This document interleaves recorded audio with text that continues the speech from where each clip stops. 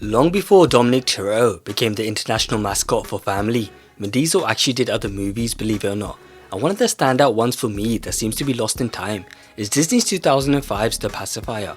Released 4 years after the first Fast and Furious film, Vin Diesel plays Navy SEAL Shane Wolf, who after getting his witness killed in a mission, he's assigned with a new task to protect the 5 plumber kids from enemies of their recently deceased father.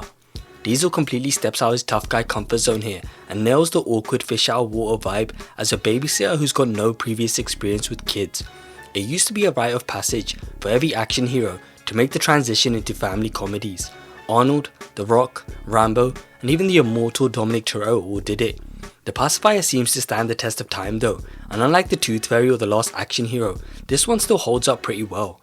Seeing Dominic Toretto sing a nursery rhyme or do the Peter Panda dance is pure comedy gold, even if it's unintentional. And this role clearly had such a big impact on the life of Vin Diesel. It changed his whole perspective and made him understand the importance of the kids at the heart of the film though, and they seem like real siblings. From rebellious teen Zoe to precious little Lulu, they bring a much needed energy and some genuinely funny moments. Oh, and who can forget Brad Garnett, aka the Merminator, as the over-the-top vice principal who stole every scene he was in and was just hilarious. The tension between him and Shane was great, whilst also still remaining humorous. The fight scene they have at the gym in particular is always fun to watch. Shane gives him an old school military whipping. It was really satisfying to see the Merminator get his after seeing him picking on the plumber kids throughout the film. He's that mean, borderline bully teacher that everyone has dealt with before, especially us boys. I mean, it is a family movie at the end of the day, so you can see the story beats coming from a mile away. Tough guy learns to love, kids learn discipline, and everything wraps up in a nice, neat bow.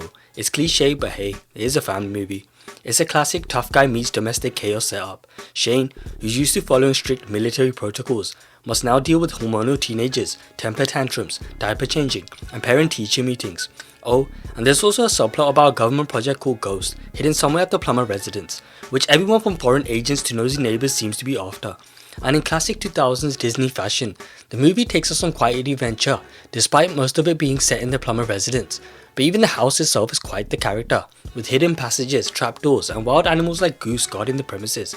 It has that vintage Disney magic touch to the film that we just don't see anymore.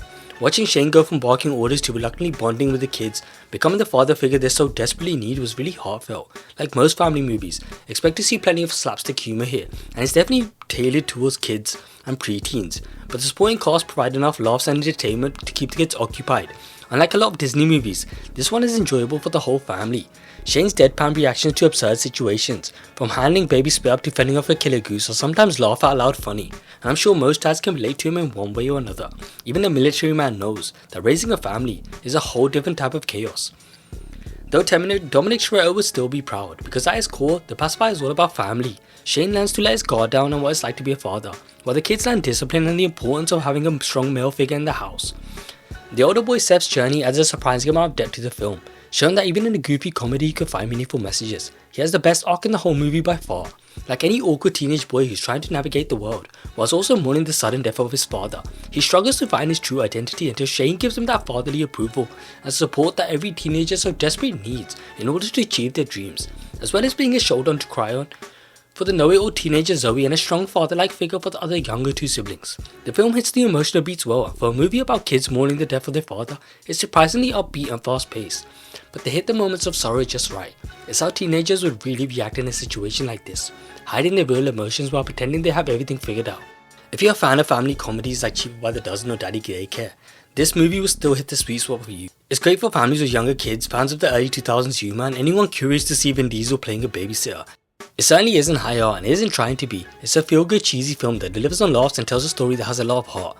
While it's predictable and maybe a little outdated, it's still a charming movie that reminds us how lucky we are to be a part of a family. Shout out to Vin Diesel.